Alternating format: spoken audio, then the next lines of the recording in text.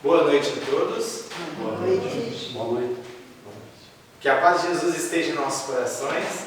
Vamos iniciando então mais um trabalho nesta casa maravilhosa e querida, que nos deixa a oportunidade, que nos dá a chance de estarmos juntos como irmãos, como amigos, né? Eu estava vindo hoje para cá, e aí eu estava virando o carro, indicando ele para cima, né? E aí eu estava olhando o pessoal chegando, né? A Bruna, o pessoal da casa chegando, aí me remeteu, né? O meu pai, principalmente essa época do ano, né? Que foi aniversário e o desencarne dele, né? Então aí me remeteu ao meu pai, não com tristeza, mas com alegria, porque todos vós, todos nós que estamos aqui, foi reflexo da responsabilidade, do amor, do carinho, da perseverança, da consistência, né? Da estabilidade que ele teve para com todos nós. E aí, vendo isso, né, eu começo a ver e a pensar, né, que este templo é muito mais do que só pedra. Ele é amor, é carinho, tem, na verdade, uma consistência espiritual inabalável, que nós, muitas vezes, com as presenças das coisas oriundas do mundo, né, que são naturais, acabamos, muitas vezes, nos desestabilizando. Mas quando vemos a nossa casa, como disse antes, nos estabilizamos novamente, nos tornamos mais fortes, mais vigorosos para agirmos com determinismo quando estivermos do outro lado, do lado de fora, lá no nosso dia a dia, né? E a gente tem que agradecer ao nosso amigo querido José de Mococa, temos que agradecer a espiritualidade maior, temos que agradecer a esses amigos queridos. E hoje aproveitar para abrir mais um trabalho em que a espiritualidade maior está nos conduzindo, está nos ajudando, porque sem eles nós nada seríamos. Estaremos vindo aqui simplesmente como corpos presentes e não estaremos executando o trabalho que necessita, que é o amor. Então que estejamos todos juntos, unidos como irmãos, porque é isso que somos, respeitando cada um com as suas dificuldades, com os seus momentos, abraçando-nos, amando-nos e fazendo sempre aquilo que Jesus nos ensinou. Não julgais para não ser julgados. Façamos o nosso trabalho de carinho, de amor e de luz e de paz para os nossos irmãos. Gente, falando tanto em Jesus, hoje faremos uma palestra sobre este grande mestre, sobre Jesus. Quer que eu conduzo? Pode ser? Eu vou me conduzir até ali. Se quiser, eu vou ficar aqui. Não vou passar reto, nada. Vocês ficam à vontade, só não entrem embaixo da mesa. Aí, gente, colocou aqui, né, com todo carinho, não queria colocar, né, a opção. Gente, então, eu vou falar hoje sobre Jesus. Tive a oportunidade de falar sobre... Obrigado, Márcia. Obrigado, Deus abençoe. Tive a oportunidade de fazer a palestra hoje. Na verdade, queria fazer ser o nosso irmão Luca, né? O Lucas Labão. E aí ele me deu essa oportunidade, a Sandra me deu a oportunidade, o pessoal da divulgação, né? Deu essa oportunidade para que a gente estivesse falando.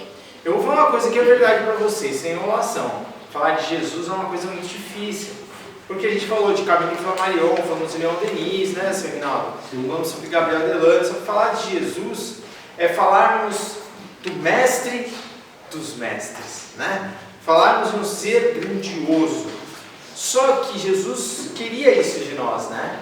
Queríamos que falássemos dele, mas não que falássemos dele trazendo Jesus como algo figurativo, como algo que estivesse ali à nossa frente, simplesmente como um quadro, que é belo, lógico, não menosprezo o trabalho único, mas, na verdade, é mais do que isso, é viver a boa nova. E para falar dele, eu comecei já com sede, e para falar dele, vamos nos remeter a 500 anos antes de Cristo, onde teve nossos amigos queridos, né, que fez pedagogia aí sabe, né, ou quem conhece também, né, da história, nosso irmão Sócrates e Platão. Sócrates foi um grande, filósofo, matemático, teve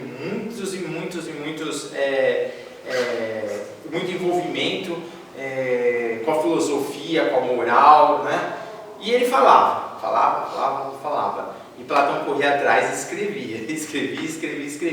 E levava todo esse potencial de Sócrates para o mundo. E naquela época, Sócrates falava a todos, só que nem todos o compreendiam. Então ele dizia sempre em parábolas, ele dizia sempre em histórias. E aí eu vou trazer para a gente uma das histórias que faz parte do tema de hoje, porque eu vou falar sobre Jesus e vida, Então a história de hoje é sobre o mito da caverna, Muita gente já ouviu falar, claro, vou falar de uma forma bem resumida, e dentro do meu entendimento, mas o importante, a essência que esta história tem, essa parábola tem, esse momento que ele nos passa esse entendimento para nós. O que acontece? Ele nos fala sobre esse mito da caverna. O que é o mito da caverna? Como já diz a palavra, caverna, existiam alguns irmãos que ali estavam presos. E eles ficavam presos, só que virados, dentro de uma caverna, virados de costas, com um anteparo nas costas destes, e eles virados para a frente da caverna, E aí o que acontece para as costas da caverna? Aí o que acontece? As pessoas passavam ali, e tinha uma fogueira na frente. E esta fogueira jogava e irradiava a sombra que ali estava, E aí a pessoa passava com a sua presença, as pessoas não viam quem passava lá de fora. Eles estavam acorrentados e nunca viram a luz do dia. Nunca viram nada que lá estava. E as pessoas passavam por ali e olhavam as sombras. Às vezes não eram sombras de pessoas, eram sombras de bonecos que ali passavam, Eles carregavam, e ali passavam as sombras e eles ficavam olhando aquelas sombras.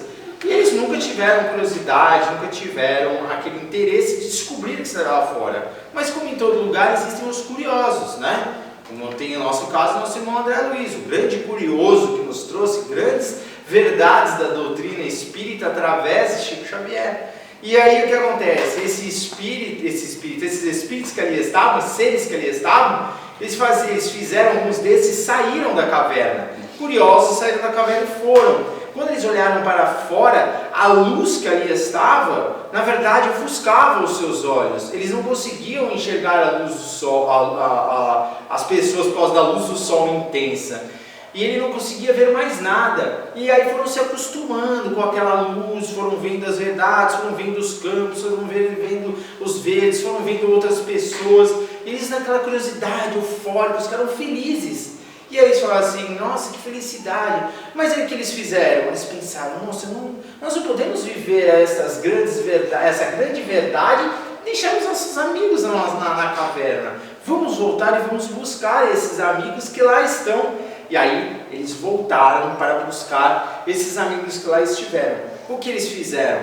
Chegaram, explicaram todas as verdades, disseram, eles foram escorraçados, alguns mortos, alguns na verdade depredados, pelo momento em que eles se encontravam, não aceitavam isso. Aqueles que sobreviveram fugiram, aqueles que já estavam lá fora fugiram de volta para onde estavam, Esse é o mito da caverna que eu queria passar para vocês, claro, muito mais complexo. Mas por que eu passei este conto de Sócrates para que todos nós estivéssemos vendo? Porque nós nos encontramos hoje em dia em uma caverna obscura.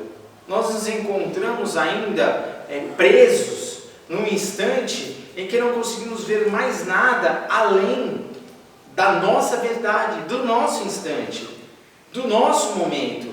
Nós estamos às vezes enclausurados e não queremos abranger as nossas vidas em algo diferente, não queremos experimentar algo que nos mude. Não é Einstein que nos diz que se você não evolui, se você não consegue mudar, é porque você está fazendo sempre a mesma coisa?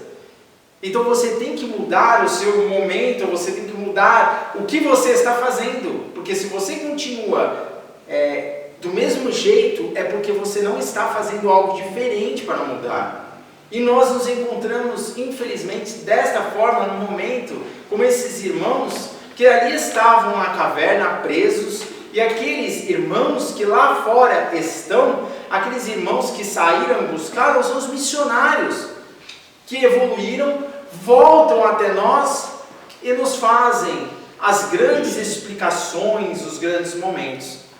Mostram-nos os momentos de luz que lá fora tem, dos verdes, das florestas, da amplidão da vida. E o que fazemos com ele? O que fizemos com Jesus? O que fizemos com Estevão, de Paulo? Apedrejamos, né? Levamos palavras injuriosas, castigamos esses irmãos, por quê? Eles simplesmente nos queriam trazer a verdade.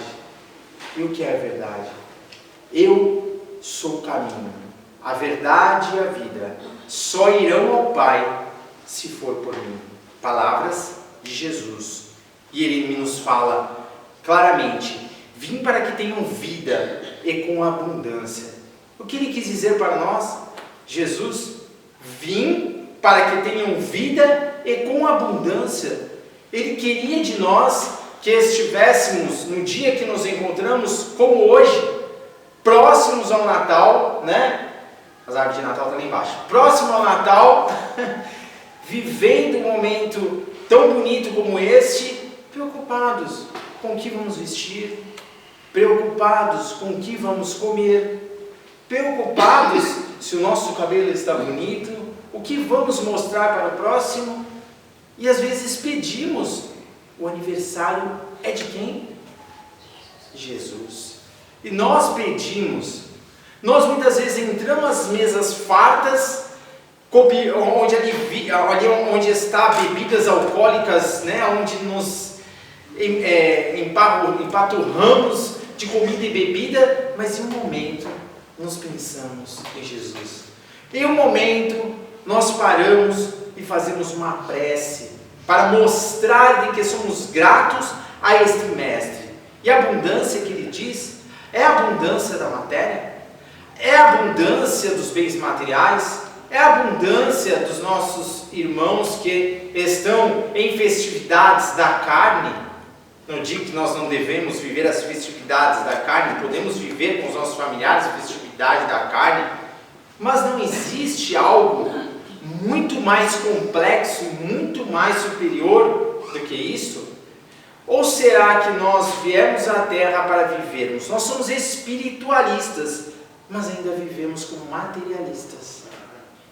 Nós vivemos ainda no mundo em que vivemos mais o que a carne nos oferece do que, na verdade, o espírito precisa. Vivemos o sexo, vivemos o excesso de comida, vivemos a vaidade, a ostentação, as riquezas efêmeras e pequenas, né? Efêmeras já pequenas, efêmeras. Então nós vivemos no mundo em que Jesus queria de nós abundância. Mas a abundância que Jesus nos mostra é uma abundância realmente diferente do que nós estamos acostumados a ver.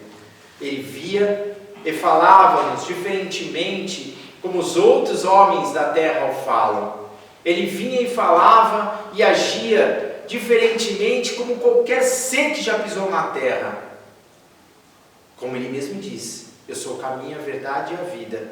Porque ele é um Deus com D minúsculo, mas não um Deus como muitas ainda religiões ensinam, ou como ainda pensamos, vamos dizer assim, até mesmo na própria doutrina, colocando Jesus como um ser tão distante de nós, em que nós não podemos de forma alguma vê-lo como homem, vê-lo simplesmente não, vê-lo como Deus. Mas ele mesmo nos diz, em todas as letras, todos vós sois deuses, assim como eu. Pode tanto quanto eu e até mais. Vós sois luzes. E por que nós achamos que Deus, Jesus, é Deus, como muitas vezes fomos ensinados? Se Jesus viesse à Terra, estivesse perante ou diante de nós, como Deus, como muitas pessoas dizem, ou diferente de todos nós, ele seria um ser aparteado da criação. Ele seria, na verdade, um ser privilegiado. E Deus não é onipresente, não é onisciente, não é bondade, não é amor. Como ele pode diferenciar seus filhos? Allan Kardec nos fala sobre isso no Livro dos Espíritos. Ele poderia mudar a lei se ele assim o quisesse, mas para que ele faria isso? Se na verdade a lei é consistida nas leis divinas, na lei dele próprio. Para que ele ia mudar se na verdade ele está buscando trazer os seus filhos a este? E Jesus nos disse: eu não vim para mudar a lei, eu vim para ensiná-los a vivê-la. Tem um grande poeta que fala sobre a questão, na verdade um palestrante, né, que prefere, que eu chamo de poeta, mas é um palestrante, ele prefere não falar o nome dele. Ele fala: inserir em cada dia o máximo de eternidade. Em cada dia que estamos nas nossas vidas, inserirmos o máximo de eternidade dentro de nós. O que é inserir a eternidade cada vez dentro de nós? É vivê-la com todo o coração e com todo amor, para entendermos o que ela realmente faz, o que a eternidade faz por nós. Nós não somos eternos como Deus o é, não somos semelhantes à imagem de Deus, mas não na sua constituição física, mas na sua constituição espiritual, na sua bondade, nos seus atributos. Então nós não estamos, na verdade, constituídos de toda a força suprema do Pai. Somos deuses. Se assim o quisermos, poderemos entender melhor. Vou falar um pouco mais sobre esta entender melhor lá na frente. Jesus foi, na verdade, questionado pelos doutores da lei, e um dos doutores da lei disse a ele: o que faria para herdar a vida eterna? O que faria para herdar a vida eterna? E aí, Jesus nunca falava de imediato, né? Ele sempre trazia para você pensar, uma parábolazinha para dar uma pensada. Pensa no que você está me perguntando, pensa um pouquinho. E aí ele fala: o que está escrito na lei? Aí ele diz: amarás o Senhor teu Deus de todo o seu coração e com toda a sua alma, com toda a tua força e com todo o teu entendimento, e teu próximo como a ti mesmo. Ou seja, no Velho Testamento já tinha escrito o que Jesus nos falou. É isso? Amarás a teu próximo como a si mesmo e a Deus assim. E aí o que Jesus responde, né, para este? Estás certo, faz isso e viverás. E é isso que nós precisamos fazer para alcançar a vida eterna. Faz isso e viverás. Porque nós, na verdade, nos encontramos mortos em vida. Um momento como este, no Natal grandioso divino, nós ainda nos encontramos mortos em vida. Mas vocês vão ter falado: mas como assim nos encontramos mortos em vida? Eu vou explicar para vocês aqui, está escrito. Não foi eu não. Está no Evangelho João, capítulo 11. Lázaro redivivo. Lázaro, ele foi, como todos nós já sabemos, né, um irmão, amigo muito íntimo de Jesus, né, que tinha duas irmãs, Marta e Maria, e ele sempre, Jesus, ia até Betânia e passava até lá e trazia ali, né, uma boa conversa, um bom papo. Tanto é que eles eram tão íntimos que uma vez, coisas de irmã, Marta e Maria, viu, Valéria Cheira? Marta e Maria chegava lá e falou assim, a Marta falou assim para Jesus, né? Ah, eu estou cheio de afazeres, Jesus. Como é que pode? Ela está ali tranquila. E ele vira e fala: Marta, Marta, como você se preocupa com coisas tão pequenas, né?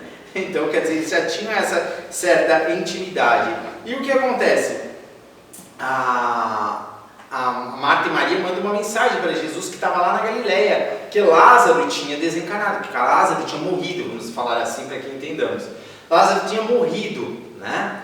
E aí, 2 dias o fazia, porque demorava as mensagens para chegar, né? E aí depois, Jesus voltou, veio para Betânia. Quando chegou lá, Lázaro já estava 4 dias dentro da caverna lá, né? Já, como era o costume, né? Enterrado. E aí a Marta disse, né? Marta e Maria disse para Jesus: graças a Deus que você veio, que bom que você veio. Se você estivesse aqui, ele não teria morrido. Ele não teria morrido. E Jesus responde: eu sou a ressurreição e a vida. Quem crê em mim, mesmo que morto, viverá. Quem crê e vive em mim, nunca mais morrerá. O que ele quis dizer com essas palavras? Eu sou a ressurreição e a vida. Quem crê em mim, mesmo que morto, viverá. Quem crê e vive em mim, nunca mais morrerá.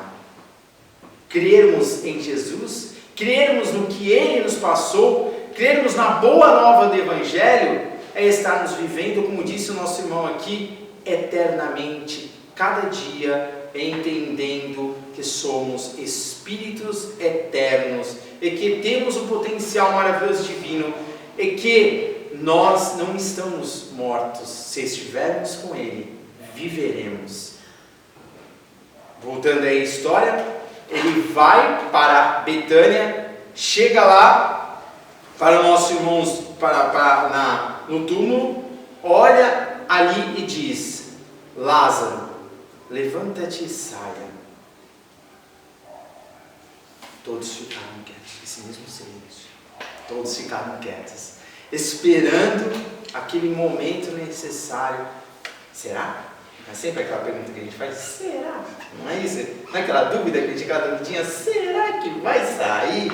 Vá. Mas aí, o que aconteceu? Não é verdade? A gente sempre tem essa duvidinha. E aí, o que aconteceu? Lázaro sai. Sai envolvido com seu sudário, todo o seu rosto, com aquele cheiro fétido, né? Que é peculiar de uma pessoa que está morta. Não é isso? Só que naquele momento, ele diz: deixe Lázaro se libertar, né? E pede para ele sair. E isso nos é explicado na doutrina espírita, que a doutrina espírita ela é muito sábia, ela é muito grandiosa, não menosprezando qualquer tipo de doutrina, porque todas as doutrinas são importantes, desde que bem vivida. O fanatismo torna o ser religioso em um escravo das suas próprias vicissitudes. Porque Jesus não trouxe rótulos de igreja. Jesus não disse qual religião deveríamos seguir. Mas ele disse que um dia viria à Terra, né? O Consolador prometido. Obrigado. O Consolador prometido. E o Consolador prometido veio e está aqui diante de nós. A doutrina espírita nos esclarecer através dos espíritos da verdade, que nada mais é do que os espíritos que fazem parte da pleiade de Jesus. Ou seja, estamos assessorados pelos mensageiros de Jesus. Olha a complexidade. E temos aqui o espírito Miramés que fala, é isso? Miramés que fala sobre isso no livro dos Espíritos, que Allan Kardec pergunta: seria possível alguém morto retornar ao corpo? Ele diz, o Espírito, não. Né? Ele fala aqui da letargia, né, que aconteceu com Lázaro. Ele fala: não, tem muito mais coisas para a gente ver, eu não vou ler tudo aqui. Se o homem voltasse à vida, é porque esse não estava morto. Então, se ele voltou, ele já disse, o Espírito já disse, o Miramés, né? É porque já estava morto. Não estava morto, porque voltou. E hoje em dia, podemos avaliar isso melhormente pela própria medicina, que nos mostra da letargia, né? Que Allan Kardec fala, que é uma coisa mais isquêmica, e também da catalepsia, que é algo mais focado em que o coração para por alguns momentos e volta novamente à vida, né? E Bezerra de Menezes também fala sobre isso no livro Recordações da Mediunidade, escrito por Ivone Pereira. E é tão interessante que ele fala que é uma depressão, e tem uma página toda falando sobre isso, sobre Lázaro, que é uma depressão, não depressão, ansiedade, mas depressão da saúde daquele espírito que lá estava, que seria Lázaro redivivo, né? É interessante, eu não sei se vocês sabem dessa história da Ivone Pereira, que também é contado neste livro, que ela não era para estar nem entre nós, porque quando ela era menina, ela teve um estado de catalepsia, cataléptico, e ela teve esse estado de letargia, vai ser para a gente entender bem, que ela viveu nesse momento em que estava. O seu corpo inerte, sem respirar, estava já no caixãozinho, pequena ainda, cheia de flores, né, em volta, e a mãe, muito desesperada, muito angustiada, vai a um cantinho, se ajoelha e diz, pede a Maria, mãe de Jesus, olhai pela minha filha. Se por acaso ela estiver realmente morta, pode levá-la. Mas se ela não estiver, por favor, me ajude, porque vão enterrá-la. E o que ela fez? Teve uma prece. Ela levantou, foi de encontro à nossa menina, à nossa menininha, e foi ali, encostou naquela menina e mexeu com esta. E esta começou a chorar, porque o espinho das rosas que colocaram uma coroa tinha machucado a cabecinha dela. E ela começou a chorar, começou a chorar no seu caixão. Ivone Pereira, autora de grandes livros, né? Através de grandes espíritos, né? Bezerra de Menezes, Camilo, tem vários espíritos que falam sobre ela, Vitor Hugo também. Então, é uma espírita notável que, logicamente, a gente sabe que tinha o momento dela. Era para que isso acontecesse. Mas em época de Lázaro, quantas pessoas não teriam sido enterradas vivas? Isso não vai muito longe, Lázaro. Tem várias histórias que as pessoas falam que os caixões abrem, quando abrem, estavam todos arranhados, porque as pessoas se desesperam porque foram enterradas vivas. Oi? Um artista. Um artista. Sérgio Cardoso, então. Obrigado. Então, Sérgio Cardoso aconteceu isso. E aí, se arranha, né? E naquela época existia eletrocardiograma, eletroencefalograma, não existia nada dessas coisas, né? Não tinha como estar vendo. E o que Jesus fez? Falou, Lázaro, levanta-te e saia. Por que ele disse isso? Por que ele, na verdade, passou isso para nós, naquele momento fez? Para mostrar de que estamos mortos, mas não para a matéria, mas estamos mortos para a vida eterna. E é interessante de que muitos ainda perguntaram, mas o cheiro fétido? O cheiro fétido, a gente sabe que o corpo entra em estado de decomposição com o passar do tempo, né? Principalmente extremidades, né? Isso se explica, né? Extremidades ficam problemas, saem, né? Secreções, né? E Jesus curava leprosos, curava, né? E aí que ele diz, eu não vim, né? Eu vim para cumprir a lei, ele não para destruí-la. Ele veio para cumprir a lei, ele não veio para mudar a lei. Então Jesus, e no livro dos Espíritos, Ivone Pereira fala sobre isso. E se vocês quiserem ter mais conhecimento sobre isso, na Gênesis, no capítulo 13, fala um capítulo inteirinho sobre milagres. Então ali está tudo escrito sobre milagres, sobre os milagres, sobre o que são os milagres. Não existe nada que nós não podemos comprovar através da lógica, da razão e do bom senso. Se não conseguimos ainda, é porque não podemos. Não. Como entendeis, como dizia Allan Kardec? Está lá. Está lá sobre o sexo. O espírito tem sexo? Não é não, ponto. Como entendeis? Não. Como entendeis? Estamos longe para conseguir entender o sexo da forma sublimada, exteriorizada do espírito, como algo de permuta de energias, como algo de satisfação espiritual, e não como algo ainda tão animal, ainda tão mesquinho, ainda tão apegado, tão preso à terra, como ainda vivemos. Mas é um atributo de Deus. Assim como a insaciabilidade, assim como inúmeros outros atributos, e alguns que nós nem conhecemos, né, Carlos? Que nós nem conhecemos, o Carlinhos sabe disso, bem. Que nós não conhecemos. Por quê? Se o conhecermos, conheceremos Deus. Como conhecermos os atributos de Deus? Como conhecermos a essência de Deus? Como conhecermos Deus no absoluto se estamos no relativo? Nós não conseguimos jamais chegar ao absoluto se não seremos deuses do absoluto.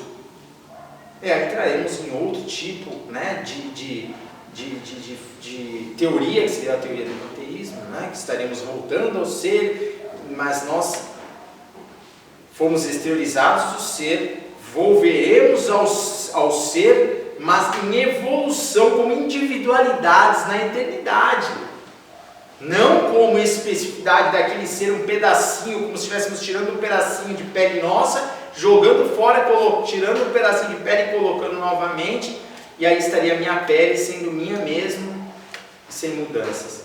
Deus nos exteriorizou, nos criou, podemos dizer assim também, como seus filhos, iguais, sem distinção.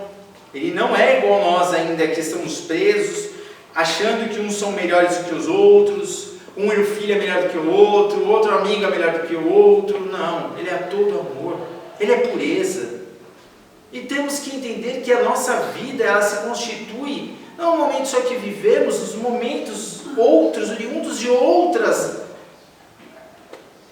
extremos, outros mundos, outros lugares, outras colônias espirituais. Os seres que vão, eles não morrem. Às vezes nós que ficamos vivos é que estamos mortos.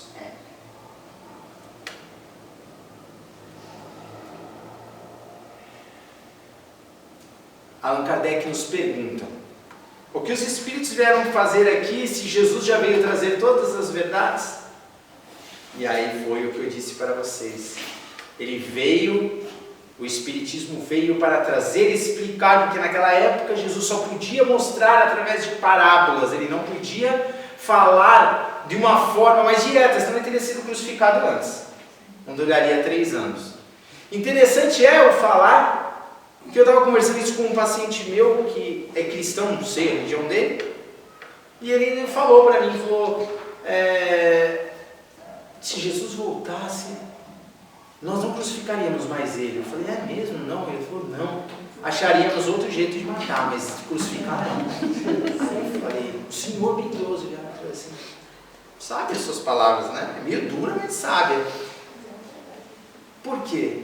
Porque estamos na caverna escura, estamos mortos, estamos como Lázaro, mortos, e Jesus está querendo nos ressuscitar, está querendo nos tirar daqueles momentos em que vivemos.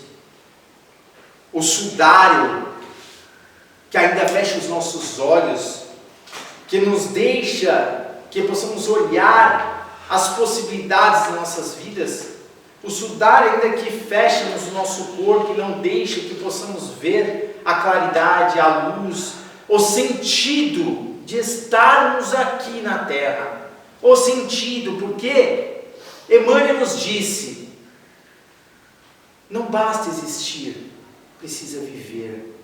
Existir, a pedra existe, a cadeira existe, a árvore existe, elas precisam ainda, estão nessa condição de existir. Nós somos inteligências, nós precisamos viver, nós precisamos mudar, Nós precisamos usar o que Deus nos desenvolveu, que nós desenvolvemos com os atributos de Deus ao passar das nossas inúmeras reencarnações, desde a palingenesia até hoje, e ocasionarmos essa diferenciação, não para nós, no nosso egoísmo, mas para os nossos irmãos que amamos. E aquela grande verdade, não tenhamos medo de dizer a verdade, para quem quer que seja, mas eu não digo a verdade que machuca, que dói, aquela que ofende, aquela que traz o desconsolo, não, aquela verdade que abraça, aquela verdade que acalenta, aquela verdade que ensina, aquela verdade que ama, a verdade de Jesus. Essa sim é importante. Essa verdade tem que dizer. Não adianta sairmos falando assim na rua, bem que ele precisa ouvir umas verdades. Eu vi o Rafael falando que ele precisa ouvir umas verdades. Não é essa verdade que eu estou dizendo, não. É a verdade de Jesus. A verdadeira, essa é a verdade. A nossa verdade ainda está muito arraigada à terra. Aí eu vou falar mais uma frase de Jesus. Eu vim para falar de Jesus, tá, gente? Então eu vou falar as frases dele. Ora, Deus não é Deus de mortos, mas de vivos, porque para Ele todos vivem. É uma frase que eu gostei muito. E é verdade. Olha só, vamos nos remeter rapidinho, não passar muito tempo, vamos nos remeter ali na obra que todo espírita lê, que já teve filme, Nosso Lar. Não é? Todo mundo já leu, todo espírita já leu, até quem não é espírita já conhece. O que André Luiz está fazendo? Ele está bebendo a lama para saciar a sua sede que ainda tem. Roto está as suas roupas, está ainda aprisionado. Mas ele olhou e comia da vegetação ainda mais singela e mais ainda apodrecida que tinha daqueles ambientes, secas. Mas aí ele pegou, olhou para tudo aquilo e disse: alguém deve ter criado isso. Quem será? Deve ter uma pessoa. E aí ele pensou: é Deus. Naquele meu momento ele pensou: é Deus. Aí ele relembrou da sua mãe, relembrou de Clarencio. Clarencio veio buscá-lo. Só que, vocês acham que Clarencio e a sua mãe já não foram visitá-los várias vezes? É isso que acontece conosco. Estamos no umbral, porque o seu inferno está dentro de nós mesmos. Não está externo a nós. Chegará um tempo em que a terra não existirá mais os umbrais das trevas, porque o que sairá de nós será só amor. André Luiz Elias estava morto para a vida eterna, mas ele foi acordado, ele foi desperto por Jesus. Por que por Jesus? Não existe um de nós que estejamos pisando no solo da terra, que não estejamos sobre a rege maravilhosa e divina do nosso Mestre amado Jesus. Eu disse no início, vocês lembram? É difícil falar dele, porque ele é o mestre dos mestres. Ele leva como uma corrente maravilhosa divinas energias até que cheguem até nós. Nós já ouvimos isso nos livros de André Luiz. As preces refratadas. Pedimos para um espírito e outros espíritos vêm nos ajudar. Mas toda vez que pedimos para Jesus, sempre existirá uma alma que estará socorrendo a nós. Sempre. Nesta morte que vivemos. Aquele que quiser salvar sua vida, a perderá. Aquele que perder sua vida por amor a mim e ao Evangelho, encontrará. Às vezes nós estamos preocupados com a morte do corpo. Por que nós nos preocupamos? Porque ainda não conseguimos ver a vida eterna dentro de nós. Ainda não conseguimos alcançar ela. Mas chegará um momento em que faremos o ciclo da vida, porque nada morre, tudo se modifica e se transforma na natureza. E cada ser, cada criatura, exterioriza forças sublimes maravilhosas em uma essência que é peculiar de cada um, que é necessária para a evolução do mesmo, e que não estaremos de forma alguma interferindo na sua evolução, mas fazendo parte do contexto da mesma. Se prejudicamos o passado, estaremos nos reharmonizando hoje, para estarmos ascendendo para um futuro melhor, mesmo que o sacrifício seja o mais difícil de todos, mas morto estávamos, hoje estamos vivos. Na eternidade, porque encontramos Jesus verdadeiramente, como Ele queria que nós o encontrássemos, porque é isso que Ele queria de nós. Ele não quer presente material, Ele não quer que nós nos juntemos simplesmente para estarmos bebendo, comendo, nada disso. Ele quer que nós estejamos dando o maior presente de todos, porque é para isso que Ele veio à Terra, para libertar almas. É esta a finalidade de Jesus. Poderíamos estar falando aqui sobre Jesus, sobre a sua vida, inúmeros fatos, mas o maior fato de todos que temos que lembrar agora, neste Natal, é a libertação. Jesus é a vida de nós. Essa é a vida. Paulo de Tarso também foi um, né? Morreu e renasceu novamente. E ele coloca: desperta tu que dormes, levanta-te de entre os mortos e Cristo te iluminará. Ele encontrava-se cego. Ananias deu-lhe a visão novamente. Por quê? Acabamos de falar sobre isso. Porque ele vivia um fanatismo religioso, aquilo que não podemos viver jamais. Religião é religar em latim. Religar-se a Deus, religar-se a algo superior. Não é infundir discussão, discórdias para ninguém. Claro que temos que manter a religião na sua essência. Tá? Isso é importantíssimo. Eu quero passar para vocês, rápido, só para encerrar, que eu acho maravilhoso, Emmanuel falando sobre Lázaro.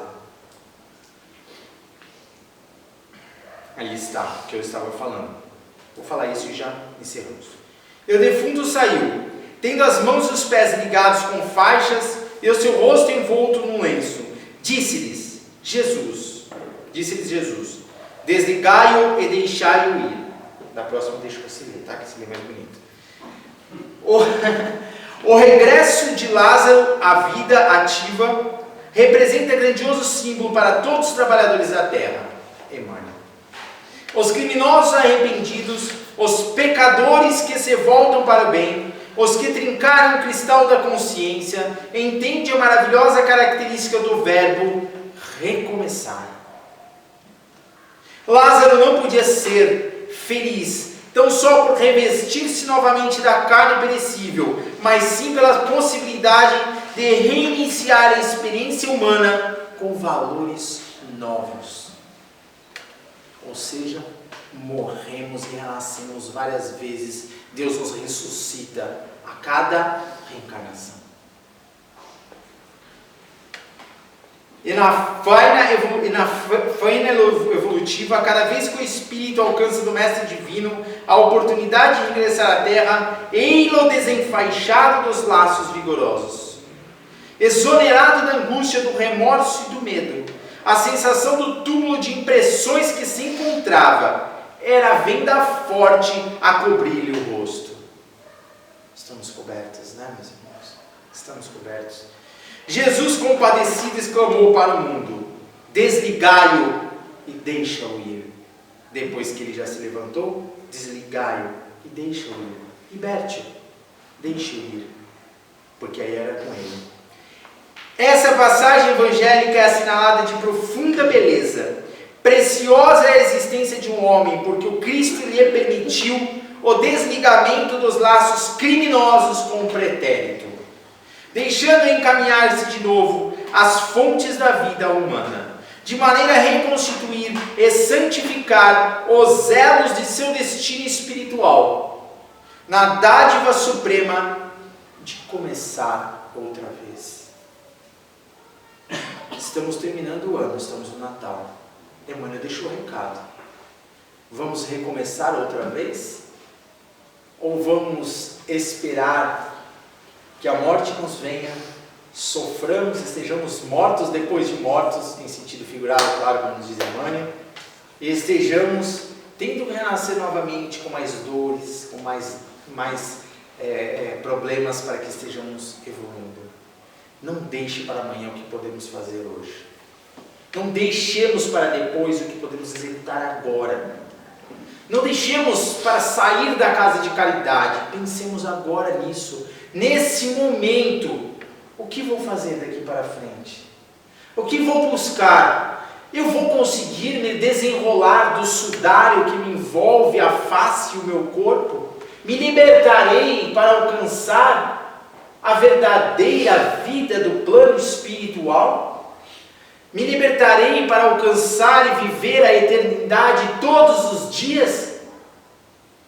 Vivamos a eternidade todos os dias, meus irmãos, todos nós, principalmente eu, todos nós, porque erramos, é fato, precisamos ainda, sim, porque não temos maturidade suficiente para não errarmos, mas não deixemos nos arrastar nos erros, não deixemos-nos mortos.